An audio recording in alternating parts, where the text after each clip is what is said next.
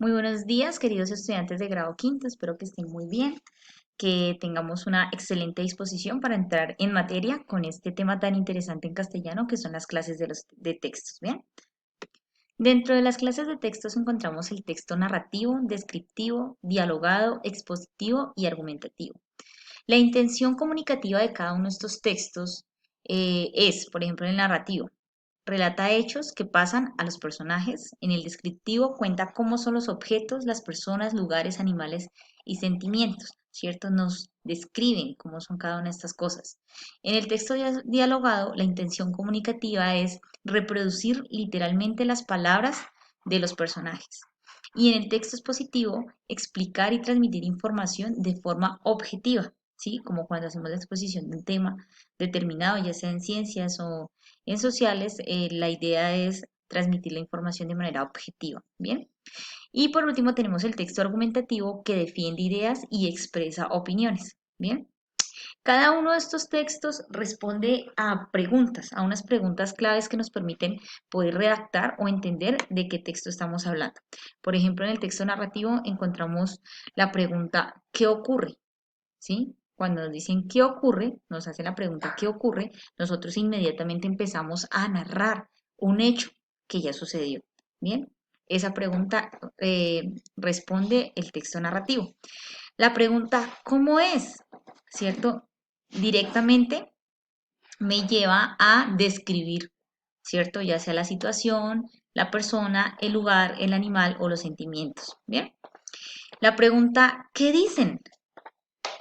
Nos está él llevando directamente también a qué escuchamos, ¿cierto? ¿Qué es lo que están diciendo las personas? En este caso, los personajes, porque va directamente ligado con el texto dialogado.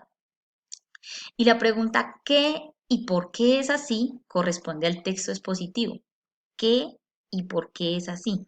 ¿Cierto? Entonces ahí es cuando el qué, vamos al tema, y por qué es así, ¿cierto? Las características de ese tema que estamos exponiendo. En el texto argumentativo van las preguntas ¿qué pienso? ¿Qué te parece? ¿Sí? Cuando a ti te dicen ¿qué piensas? Entonces tú empiezas a argumentar, ¿cierto? Tú empiezas a dar unas ideas acerca de lo que estás pensando. ¿Qué te parece? Empiezas a argumentar, a poner tu punto de vista, ¿cierto? Con relación al tema. Bien. Dentro de estos textos encontramos, por ejemplo, en el texto narrativo encontramos las novelas, los cuentos, las fábulas, las noticias. En el texto descriptivo encontramos las guías de viaje, ¿cierto? Que siempre nos dicen hacia dónde recorrer, qué hay allá. Los cuentos y las novelas muchas veces también traen esos textos descriptivos porque nos cuentan em, qué hay en ese ambiente, ¿sí? Por ejemplo, cuando empiezan a decir, y era un bosque oscuro y sombrío en el cual no paraba de llover, ¿cierto? De una vez nos están describiendo un ambiente, un lugar. Bien, entonces ese texto correspondería al texto descriptivo. En el texto dialogado encontramos las piezas teatrales, los diálogos, narraciones y entrevistas. Ahí encontramos los tipos de textos dialogados, lo que estábamos viendo anteriormente con el texto dramático, ¿cierto? Y en el texto expositivo encontramos libros de textos, artículos de divulgación y textos científicos. Bien, dentro de los textos argumentativos encontramos ejemplos en los artículos de opinión o en las críticas, ¿cierto? Que suelen aparecer en los periódicos. Bien, cada uno de estos textos tiene unas características lingüísticas, ¿cierto? Tiene algunas palabras que resaltan. Por ejemplo, en el texto narrativo encontramos muchos verbos, ¿cierto? En el texto descriptivo encontramos abundancia de adjetivos, porque si estamos describiendo algo, pues tenemos que decir si es alto, pequeño, gordo, flaco, feo, bonito, y todos esos son adjetivos calificativos. En el texto encontramos las acotaciones, los guiones, las comillas, ¿cierto? Recuerden que las acotaciones son con los que van entre paréntesis, eh, los guiones nos describen que va a hablar un personaje, ¿cierto? En el texto expositivo encontramos un lenguaje claro y directo, ¿sí? Independientemente del tema que sea, no hay muchas características que resalten ahí, sino que son lenguajes, el lenguaje es muy claro para que la persona entienda el tema. Y en el texto argumentativo hay muchas palabras que expresan opinión, muchos verbos relacionados con la opinión, ¿cierto? Yo pienso que, ¿cierto? Por ejemplo, mi postura frente a esto es, ¿sí? Bueno, entonces, estos son los 5 textos que vamos a estar mirando en esta semana. Espero que les haya parecido muy, ya que les lean un texto, ¿cierto? O les pidan redactar un texto y ya sabemos más o menos a qué preguntas nos referimos, cómo tenemos que redactarlas a partir de esas preguntas. Bien, en este cuadrito, un ejemplo para profundizar en el tema. Por ejemplo, aquí vamos a ver este perrito, ¿cierto? A ver si la flechita ahí está.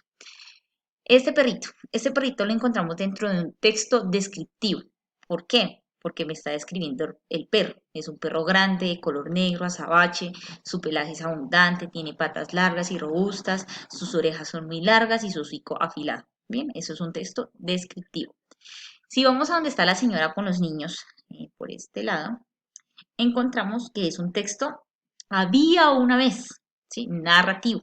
Me va a contar, a narrar un hecho del pasado.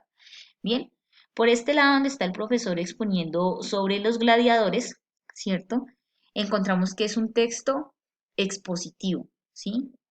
Que tiene un lenguaje claro para que los estudiantes puedan entender eh, qué tipo de texto es, ¿cierto? Y por este lado, por ejemplo, encontramos el señor hablando por el teléfono.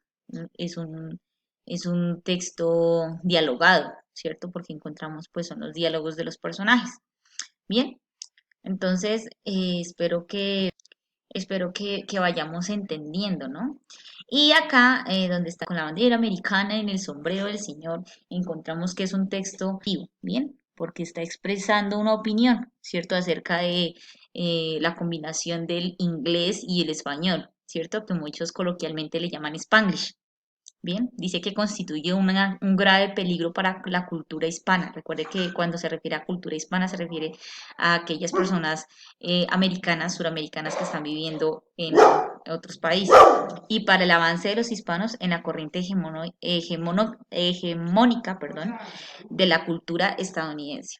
Bien, entonces espero que hayan entendido muy bien este tema. Cualquier pregunta, estoy pendiente de la plataforma con la mensajería y les animo a que realicen la actividad práctica. Bien, Dios le bendiga, un abrazo.